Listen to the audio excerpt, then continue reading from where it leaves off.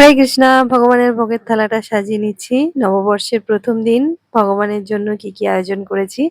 তো ১ম এ কিন্তু আমরা সাদা অন্ন এবং তার সাথে কিন্তু পটল ভাজা খুব সুন্দর করে ডিজাইন করে কাটার চেষ্টা করেছি।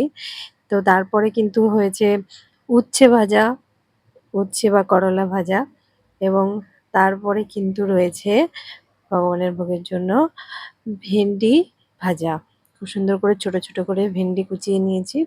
তো সেই ভেন্ডি ভাজা করেছি একটু ক্রিস্পি করে সুন্দরভাবে অনেকক্ষণ কড়াইয়ে রেখে। তো তারপরে ছিল কিন্তু একটা কলার একটা বড়া।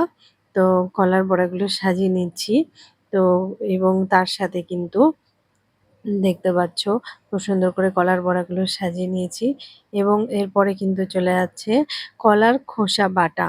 কলার খোসাটাকে সেদ্ধ করে নিয়ে সুন্দরভাবে বেটে এটা করেছি এবং তারপরে চলে যাচ্ছে মোচা ঘন্ট।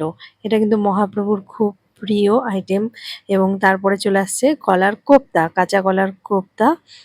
সেটি কলা সেদ্ধ করে বড়া বানিয়ে খুব সুন্দর করে সেই কোপ্তা করা হয় এবং কলার কোপ্তার পরে কিন্তু ছিল পনির ভাপা।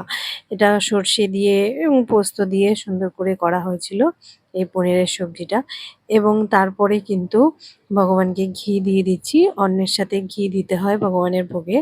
তো সেটা দিয়ে দিলাম এবং তারপরে কিন্তু সুন্দর করে দেখতে পাচ্ছ সাজিয়ে নিয়েছি এবং এর সাথে কিন্তু জল এভাবে দেওয়া ছিল। তো মহাপ্রভুর প্রিয় আইটেম রাখার চেষ্টা করেছি মহাপ্রভুর সন্তুষ্টি বিধানের জন্য এবং তার সাথে একটু নুন দিয়ে দিচ্ছি। কোনো আইটেমে নুন কম হতে পারে, তো তার জন্য নুনটা দেওয়া থাকা উচিত ভোগে। তো তারপরে কিন্তু আমরা একটা কাঁচা লঙ্কা দিয়ে দিলাম। হরে কৃষ্ণা, হরি বল। খুব সুন্দরভাবে সাজিয়ে নিয়ে এখন আমরা ভগবানকে ভোগ নিবেদন করব। হরে কৃষ্ণা।